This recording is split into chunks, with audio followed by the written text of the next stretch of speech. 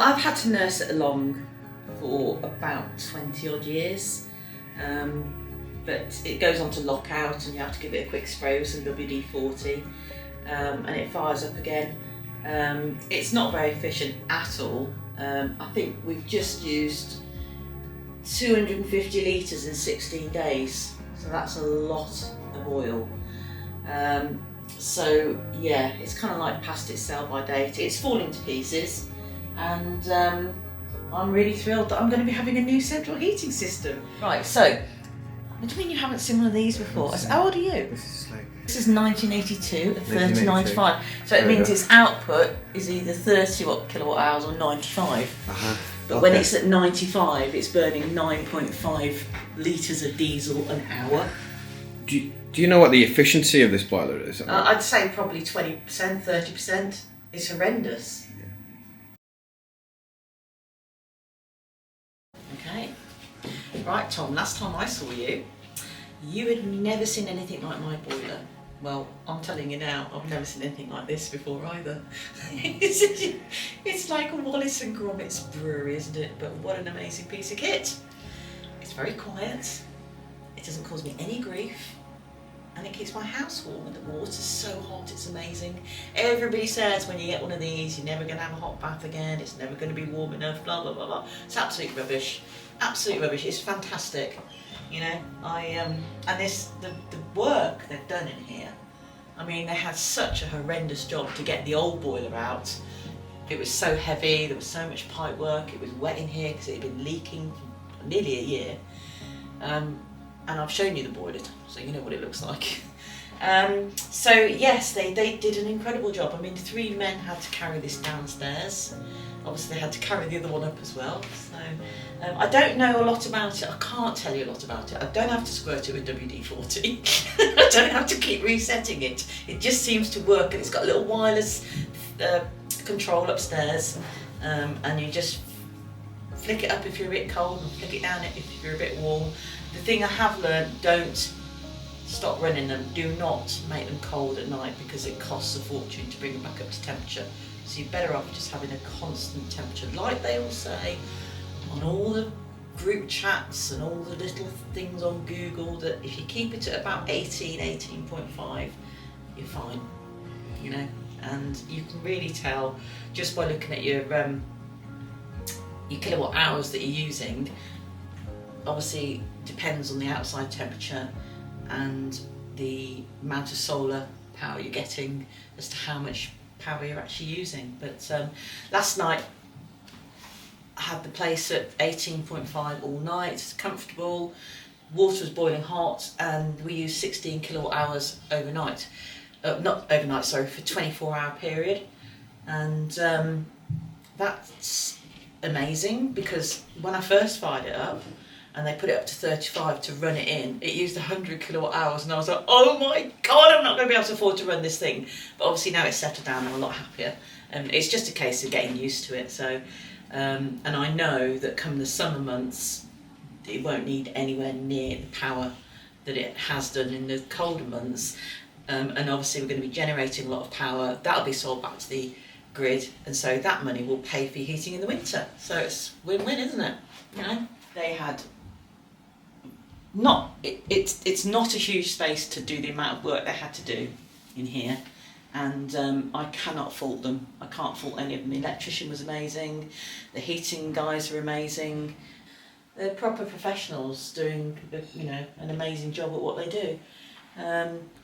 You know, and they knew there was a part missing that had to come from Holyhead, and that held it up a little bit, but they kept me informed the whole time, and the workmen were just brilliant, constantly keeping you informed, letting you know what they're going to do, you know, so you don't, you know, you're not in the dark, you know what to expect. And the night when they said you can have hot water tonight, well, that was just lovely. That was such a luxury.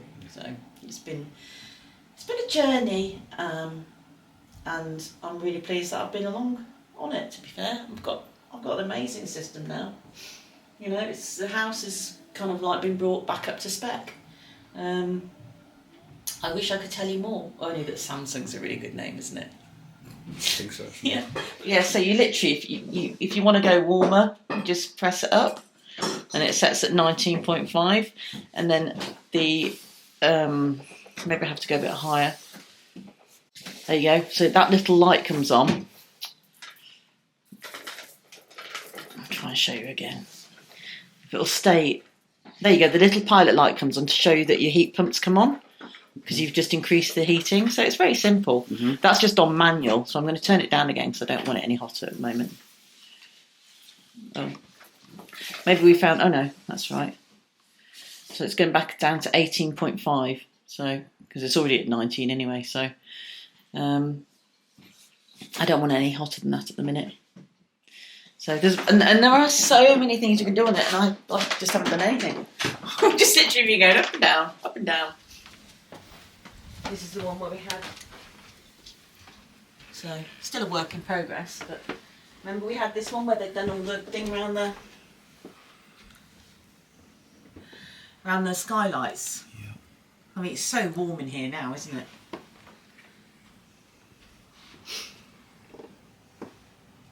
I'm on curtains today. I want to get my curtain pole up, and you know, it's a lot of work in this room, hell of a lot of work, because there were so many angles. So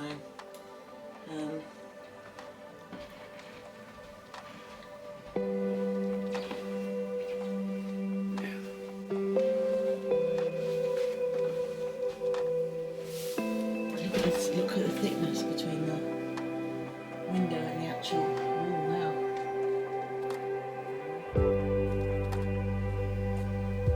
Prior to getting the work done, I felt like I was living in a crumbling house with very little, I got no money to do anything to it. So that was obviously a concern, but you just have to live with it because you're not in a bad situation. You've got a roof over your head. It's just not perfect. And it is costing you a lot of money, and obviously money is getting harder and harder to find. Oi! Shh. Be quiet. I'm filming. Okay, how do I feel now? Liberated. I don't feel like a prisoner in my own house anymore. Yeah? Because, you know, if you go away and you've got a leaking boiler, you don't know what you're going to come back to, do you? The insurance companies aren't interested. You can't even speak to people, and you know. Okay, I wanted a warm, dry, watertight house with